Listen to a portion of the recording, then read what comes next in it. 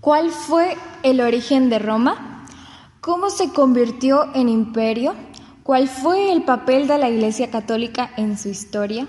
La historia de Roma es una de las más largas e interesantes del mundo.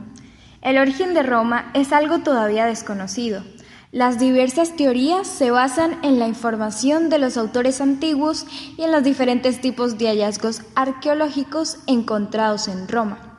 Por estos motivos, esta etapa inicial de la historia de Roma se ha venido situando más en el terreno de la leyenda que en la de la historia.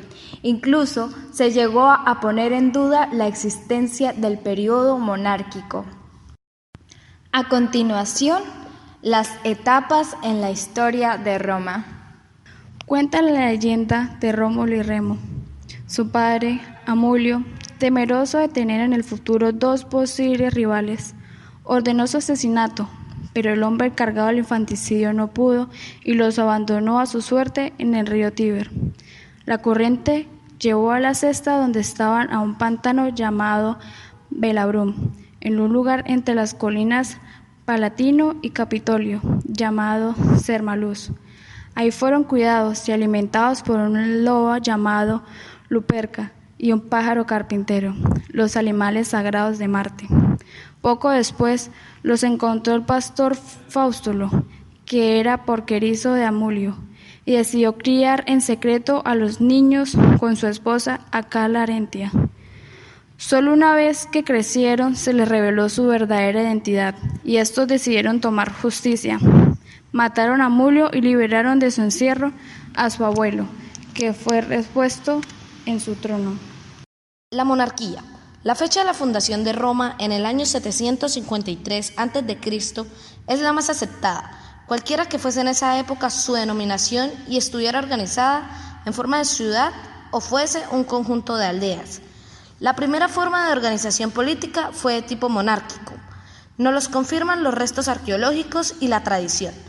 En las excavaciones llevadas a cabo en la Regia, casa donde vivía el rey del Foro Romano, apareció un vaso de buchero fechado a mediados del siglo VII a.C., con la inscripción Rex. Asimismo, se encuentra la palabra Regei, escrita en el lápiz niger, cipo del foro que contiene una ley sagrada. La República. Esta se implantó en Roma en el año 509 a.C. y se mantuvo hasta la época imperial en el año 27 a.C. En estos últimos años de la República estuvieron al cargo dictadores célebres como Julio César. La transición de la monarquía a la República fue seguida de graves tensiones sociales internas que fueron aprovechadas por los pueblos vecinos para así reducir el control territorial de Roma y conseguir su posterior desaparición. De ahí, durante los primeros 70 años de la República, Roma tuvo que ratificar su identidad en demasiadas ocasiones. A partir del año 485 se produjo la intransigencia del patriciado, pasando a controlar todas las magistraturas civiles y religiosas, excluyendo los plebeyos de cualquier tipo de responsabilidad en el gobierno romano. Esto además es evidente en el derecho romano. Por las luchas entre patricios y plebeyos, la República se caracterizó por la expansión del poder de Roma a toda Italia peninsular, por la promulgación de la Ley de las 12 Tablas en el año 450 a.C. y por las guerras civiles por la igualdad. El Imperio Romano va del 27 a.C. hasta el 476 después de Cristo. El imperio es el sistema en el que el poder político real estaba en manos de un solo individuo, es decir, el emperador. El Imperio Romano se dividió en dos, el Alto Imperio y el Bajo Imperio. El Alto Imperio va del 27 a.C. hasta el 305 después de Cristo.